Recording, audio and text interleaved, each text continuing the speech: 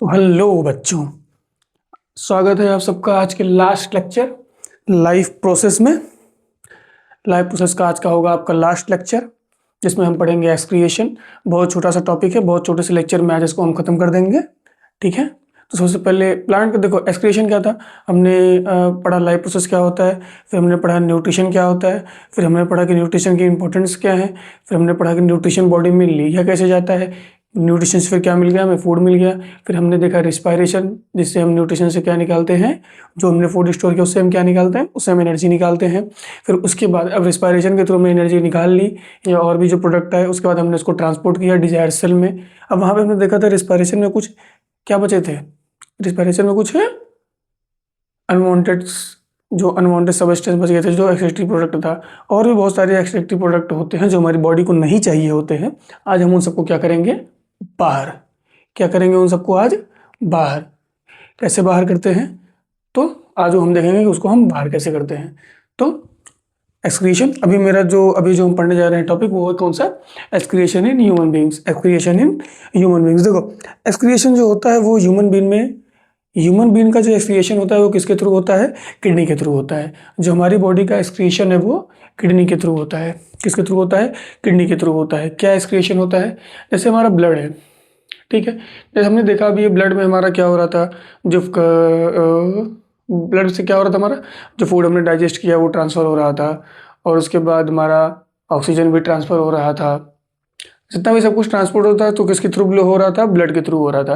तो ये बताओ, अब जो बॉडी में जो एक्सक्रीटरी प्रोडक्ट बने हुए हैं, जो बॉडी के लिए नुकसानदायक भी हो सकते हैं या जो बॉडी को नहीं चाहिए, वो कहाँ पे रहेगा, ब्लड में ही रहेगा। जब जो उस बॉडी को जो चीज़ चाहिए वो ब्लड ट्रांसफ़र कर रहा है, तो जो बॉडी को नहीं चाहिए वो निकालेगा कौन, ब्लड बाहर निकालेगा। तो क्या करेंगे हम, पहले तो ब्लड बाहर निकालेगा, तो ब्लड के अंदर अब क्या आ गया, ब्लड के अंदर इम्प्योरिटीज़ आ गई। क्या आ गई ब्लड के अंदर, ब्लड के अंदर इम्प्योरिटीज़ आ गई। अब उस ब्लड को हम क्या करेंगे, साफ़ करेंगे। उस ब्लड को क्या करेंगे, साफ़ करेंगे। किसके थ्रू साफ़ करेंगे, किडनी के थ्रू साफ़ करेंगे। किसके थ्रू, किडनी के थ्रू। तो आज हम किडनी के थ्रू क्या करेंगे, अपने बॉडी को, अपने ब्लड को क्लीन करेंगे। क्या करेंगे, क्लीन करेंगे। तो पढ़ने जा रहे हैं excretion in human being. Excretion in human being पढ़ने से पहले हम देखते हैं कि ह्यूमन बींग्स का एक्सक्रीटरी प्रोडक्ट क्या होता है। ह्यूमन बींग्स का एक्सक्रीटरी प्रोडक्ट क्या होता है। ह्यूमन बींग का जो एक्सक्रीटरी प्रोडक्ट होता है वो होता है यूरिया। क्या होता है, यूरिया। और ये सारी ही लिविंग ऑर्गेनिज्म का सेम नहीं होता है, सबका अलग अलग होता है। जैसे जो बर्ड्स और इंसेक्ट्स होते हैं, इनकी बात करें, कहाँ लिखो यार, यहाँ लिखते हैं। किसकी बात मैं कर रहा हूँ अभी, जो बर्ड्स और इंसेक्ट्स होते हैं, उनका जो एक्सक्रीटरी प्रोडक्ट होता है वो होता है यूरिक एसिड। क्या होता है, यूरिक एसिड। जो बर्ड्स और इंसेक्ट्स होते हैं उनका क्या होता है, उनका एक्सक्रीटरी प्रोडक्ट होता है यूरिक एसिड। उसके बाद एक्वेटिक एनिमल्स है, एक्वेटिक एनिमल्स का एक्सक्रीटरी प्रोडक्ट क्या होता है, एक्वेटिक एनिमल्स का जो आपका क्या होता है एक्सक्रीटरी प्रोडक्ट होता है वो क्या होता है, वो होता है अमीनो एसिड। नो सॉरी होता है अमोनिया। क्या होता है, अमोनिया होता है। बर्ड्स और इंसेक्ट्स का जो, इसीलिए हर ऑर्गेनिज्म का अपना अपना अलग अलग एक्सक्रीटरी प्रोडक्ट है। और हमारा जो ह्यूमन बींग्स का एक्सक्रीटरी प्रोडक्ट होता है वो क्या होता है, वो होता है यूरिया। तो आज हम पढ़ेंगे अपने ब्लड से हम यूरिया को कैसे साफ करते हैं। अब जो हमारा एक्सक्रीटरी सिस्टम है उसमें क्या, हम कौन से ऑर्गन्स हमारे इन्वॉल्व होते हैं पहले वो देख लेते हैं। ये हमारा एक्सक्रीटरी प्रोडक्ट, ये है हमारा एक्सक्रीटरी सिस्टम, ऐसे हमारा एक्सक्रीटरी सिस्टम वर्क करता है। ये है ऑर्गन की पॉइंट्स। कितने, कौन कौन से ऑर्गन होते हैं जो एक्सक्रीटरी प्रोडक्ट में हमारे हेल्प करते हैं, कौन कौन से होते हैं। A pair of kidney, pair मतलब जोड़ा, दो किडनी होती है, दो ही होती है ना। देखो आईफोन ले लिया हो तो हो सकता है कि ये कहीं बची हो, नहीं दो होती है। अ पेयर ऑफ यूरेटस, दो जोड़े की भी होते हैं, यूरेटस होते हैं। एक यूरिनरी ब्लैडर होता है और एक यूरेथ्रा होता है। क्या होता है, किडनी क्या होता है, जो ब्लड को प्योर करता है।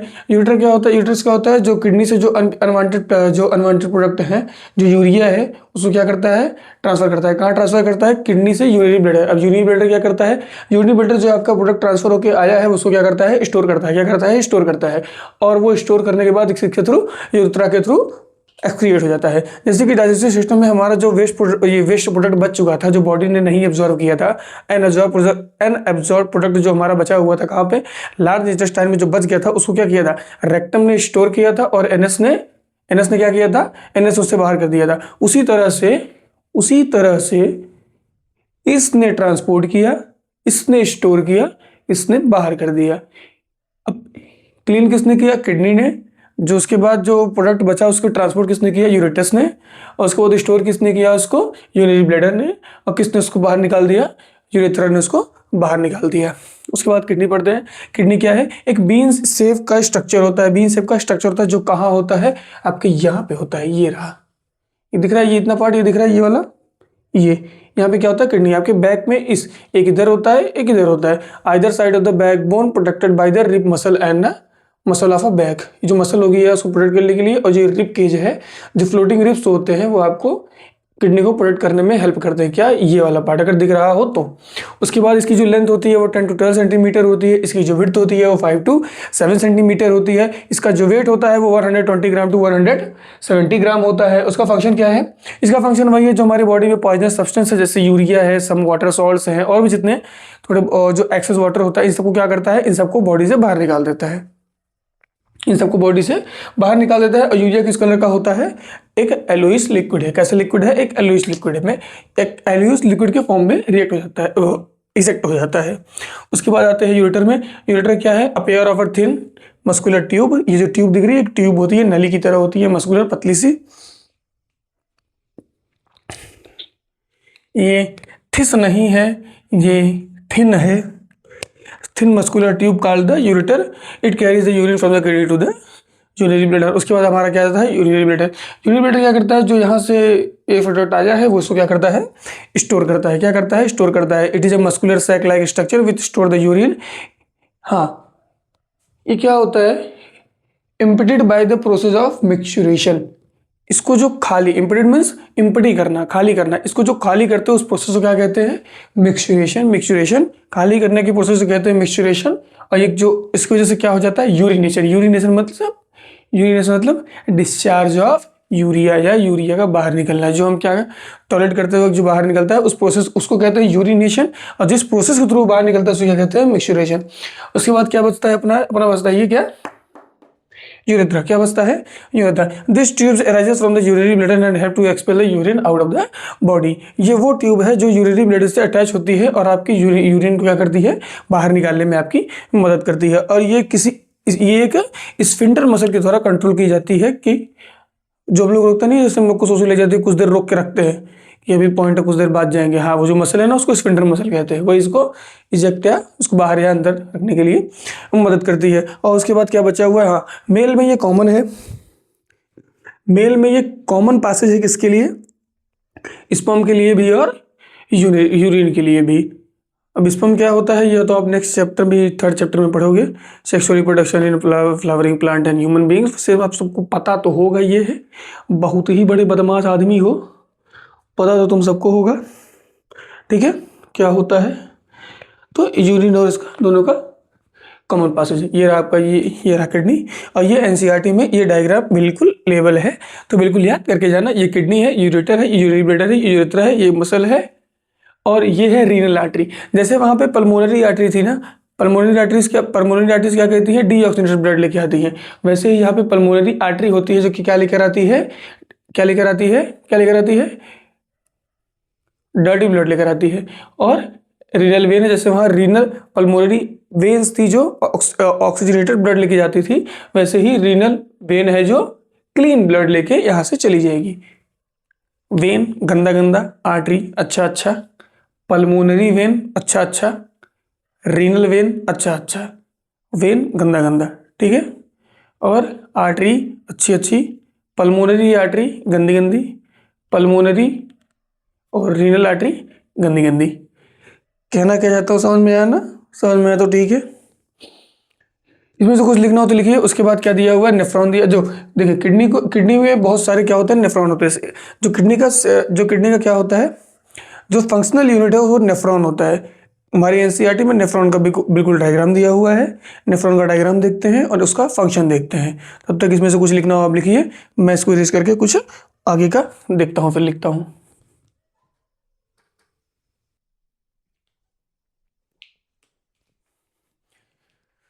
चलिए आगे देखते हैं। आगे क्या है, क्या बोला मैंने, इधर क्या लिखा है, the functional unit of kidney is nephron. ये क्या है, ये है नेफ्रॉन का स्ट्रक्चर। एक नेफ्रॉन ऐसा होता है, हमारी बॉडी में, हमारी किडनी में बहुत सारे नेफ्रॉन्स होते हैं। कितने सारे, बहुत सारे, मिलियंस नेफ्रॉन्स होते हैं, जिसमें से मैंने एक नेफ्रॉन का स्ट्रक्चर आपको यहाँ पे बना के दिखाया हुआ है। ये एनसीईआरटी में है, आना चाहिए, आना इंपॉर्टेंट है। क्या आता है, the function unit of kidney is nephron. जो किडनी के अंदर जो फंक्शनल यूनिट होती है, जिसकी वजह से ब्लड प्योर होता है, वो कौन होता है, वो होता है हमारा नेफ्रॉन। वो कौन होता है, वो होता है हमारा नेफ्रॉन। अब नेफ्रॉन वर्क कैसे करता है, नेफ्रॉन वर्क कैसे करता है। नेफ्रॉन के दो पार्ट्स होते हैं, नेफ्रॉन के दो पार्ट्स होते हैं। कौन कौन से, एक ट्यूब्यूल वाला पार्ट होता है और एक कप शेप स्ट्रक्चर होता है। नेफ्रॉन दो पार्ट्स में डिवाइड होता है। एक होता है ट्यूब्यूल वाला स्ट्रक्चर, जिसे हम ट्यूब्यूली बोलते हैं। एक होता है कप वाला स्ट्रक्चर, जो कि जिसे हम क्या बोलते हैं, वुमेन्स कैप्सूल। क्या बोलते हैं उसे हम बोलते हैं वुमेन्स कैप्सूल। क्या बोलते हैं हम उसे हम बोलते हैं, वुमेन्स नहीं लिख पा रहा हूँ, क्या है, वुमेन्स कैप्सूल। एक ट्यूब्यूल वाला पार्ट होता है और एक कप वाला पार्ट होता है, जिसको हम कहते हैं वुमेन्स कैप्सूल, और ट्यूब्यूल वाले को ट्यूब्यूली कहते हैं, रीनल ट्यूब्यूल है, ट्यूब्यूली कहते हैं। अब इसमें वर्क कैसे करता है, इसमें देखिए सबसे बड़ा काम होता है पहला स्टेप क्या बोला था मैंने अभी आपको, क्या बताया था, रीनल आर्टरी। क्या बताया था, रीनल आर्टरी। रीनल आर्टरी क्या करती है, रीनल आर्टरी जो होती है वो डर्टी ब्लड को लेकर आती है, डर्टी ब्लड को लेकर आती है। कहाँ पे लेकर आती है, डर्टी ब्लड को। ये रही आपकी रीनल आर्टरी। ये क्या है, ये है आपकी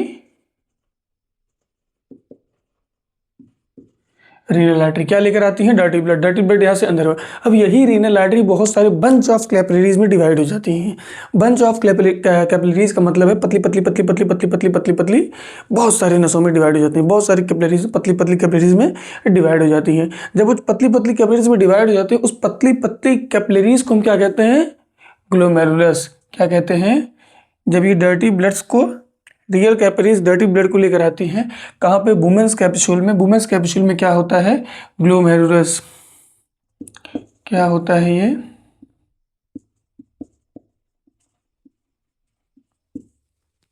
अब ग्लोमेरुलस में क्या होता है, अब ग्लोमेरुलस में सिर्फ, ग्लोमेरुलस में पतली पतली, अब ग्लोमेरुलस कहाँ है, ये वुमेन्स कैप्सूल है। क्या है, वुमेन्स कैप्सूल, एक कपड़ा का स्ट्रक्चर है, उसके ऊपर से पतली पतली पतली पतली तारें गई हुई। जैसे ये है आपकी, जैसे ये है मेरा वुमेन्स कैप्सूल, कपड़ा का स्ट्रक्चर, और ये बहुत सारी पतली पतली पतली पतली तार नसें गई हुई हैं, कैपिलरीज गई हुई। इसमें से ब्लड ऐसे ऐसे ऐसे ब्लड ऐसे ऐसे पास होगा। जब ब्लड इसमें से ऐसे ऐसे पास हो रहा होता है, तब ब्लड में से कुछ सब्सटेंस निकल करके वुमेन्स कैप्सूल में गिर जाते हैं, वुमेन्स कैप्सूल में गिर जाते हैं। अब वो कौन कौन से सब्सटेंस होते हैं जो वुमेन्स कैप्सूल में आके गिर जाते हैं, वो होते हैं आपके ग्लूकोज, वो होते हैं आपके ग्लूकोज, वो होते हैं आपके अमीनो एसिड, वो होते हैं आपके अमीनो एसिड, और क्या होते हैं, और होते हैं वो सॉल्ट्स, और होते हैं वाटर, और होता है एक यूरिया, और भी बहुत सारे होते हैं, ईटीसी।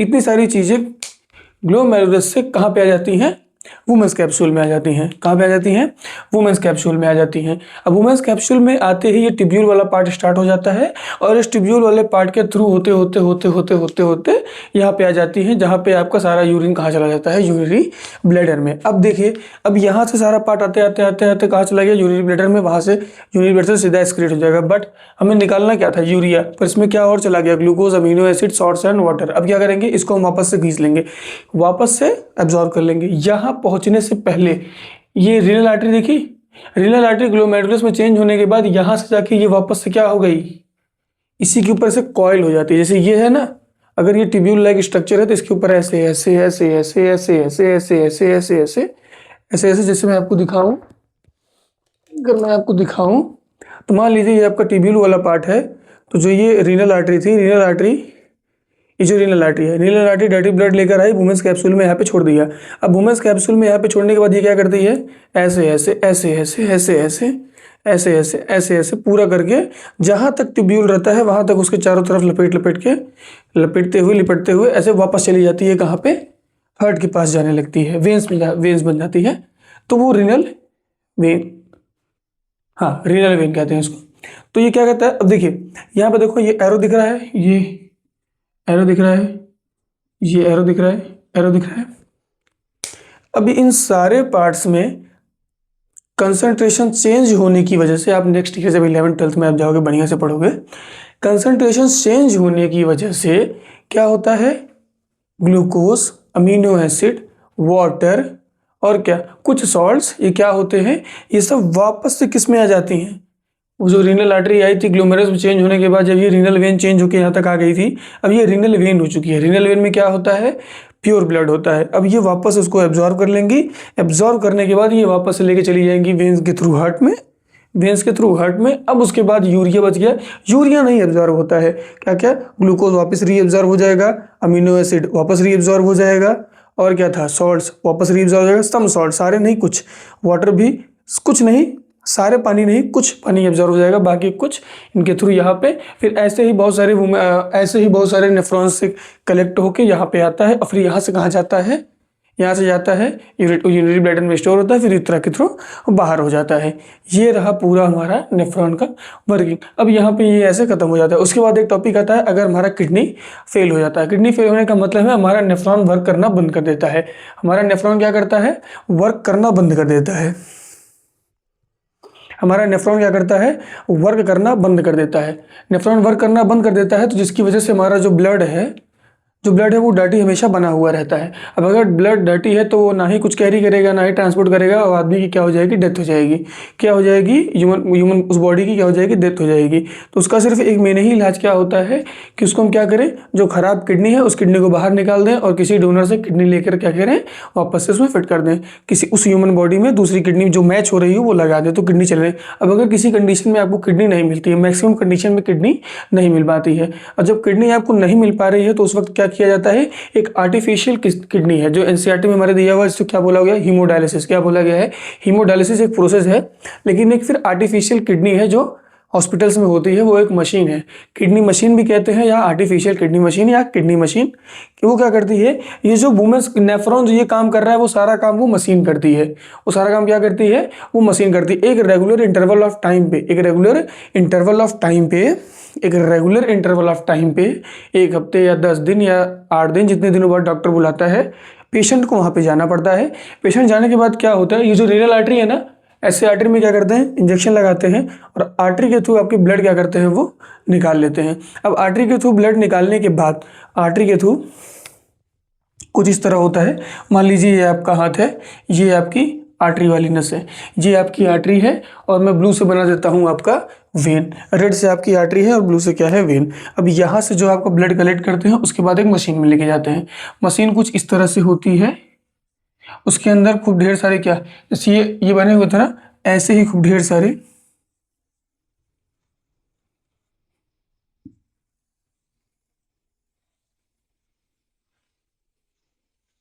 ऐसे। अब यहाँ से प्योर ब्लड निकलेगा, क्या करेंगे, आपका ब्लड यहाँ पे जाएगा, जो कंसंट्रेशन यहाँ पे थी जिसकी वजह से बाकी चीज़ें एब्जॉर्ब हो रही थी और यूरिया नहीं एब्जॉर्ब हो रहा था, वही कंसंट्रेशन इसके अंदर भरा हुआ होगा, वही सेम कंसंट्रेशन इसके अंदर भरा हुआ होगा। और तुम्हारा आपका डर्टी ब्लड जब इसमें जाएगा, डर्टी ब्लड इसमें जाने के बाद ग्लूकोज क्या चीज़, यूरिया, जो यूरिया है वो यहाँ निकल जाएगा। बाकी जो पार्ट है आपकी, बाकी जो खून की बाकी जो चीज़ें हैं वो वापस इसमें रह जाएंगी, और यहाँ से आपकी वेन में लाके इसको वापस से आपको वेन में लाके इसको लगा देंगे। ठीक है, ये होता है डायलिसिस। इस प्रोसेस को कहते हैं हीमोडायलिसिस या डायलिसिस, जिसमें किडनी खराब होने के बाद एक आर्टिफिशियल मशीन से डायलिसिस का प्रोसेस, ये ब्लड प्योर का प्रोसेस किया जाता है, जिसमें आर्टरी में ब्लड निकाल के वापस लेके जाते हैं एक मशीन में, जहाँ पे खूब ऐसे नली बनी होती है जैसे वुमेन्स कैप्सूल में है, वहाँ से आपका ब्लड पास होता है। ब्लड पास हो, वैसे भी उसमें ढेर सारा क्या लगा होता है, उसमें भी कंसंट्रेशन की वजह से आपका जो यूरिया है वो बाहर निकल जाता है, बाकी आपका प्योर ब्लड अंदर रह जाता है। उसके बाद वो चला जाता है वेन के थ्रू, चला जाता है हार्ट में, उसके बाद पूरी बॉडी में आपके डिस्ट्रीब्यूट हो जाता है। ये रहा आपका ह्यूमन एक्सक्रीटरी सिस्टम, यहाँ पे ख़त्म होता है। प्लांट का बचा हुआ है, प्लांट में जो एनसीईआरटी में वो मैं भी यहाँ पे लिख देता हूँ, आप उसको देख लीजिएगा, ठीक है। इस पर कुछ देखना हो या लिखना हो बनाइए। यहाँ पे आपका ये होता है ख़त्म, ठीक है।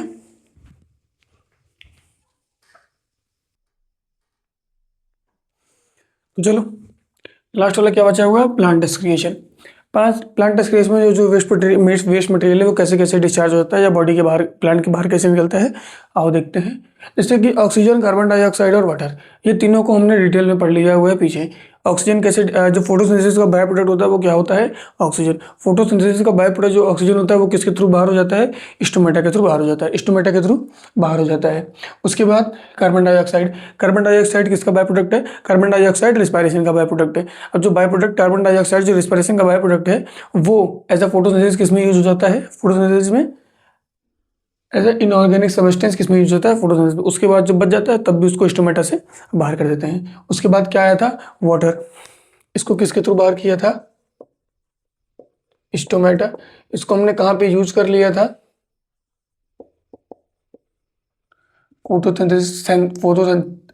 फोटोसिंथेसिस में। उसके बाद भी जो बच गया वो भी स्टोमेटा से हमने बाहर कर दिया। ये वाटर प्रोसेस हमने कल देखा था ना, ट्रांसपिरेशन। ट्रांसपिरेशन में क्या होता है, जब स्टोमेटल पोर ओपन होता है तो लाइट पड़ने की वजह से जो वाटर होता है वो इवोपरेट हो जाता है। क्या होता है, इवोपरेट हो जाता है। तो वहां से क्या हो जाता है, जो हमारा जो वाटर था वो वाटर निकल जाता है। उसके बाद क्या होती है, डेड सेल। प्लांट के जो जाइलम काफ़ी प्लांट क्या करता है, जो डेड सेल होते हैं उनको वो गिरा देता है।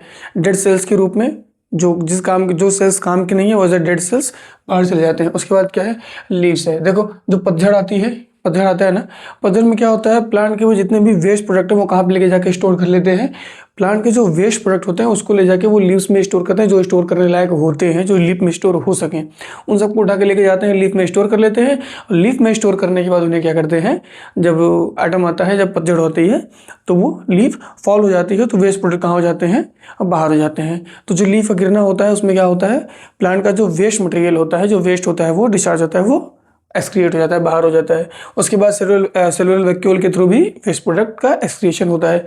रेजिन, गम, ओल्ड जाइलम में जो बाहर देखो छाल के बाहर जो निकला होता है रेजिन जैसा, गम जैसा, वो भी क्या होता है, एक वेस्ट प्रोडक्ट होता है। किसका, ट्रीज का क्या होता है, वेस्ट प्रोडक्ट होता है।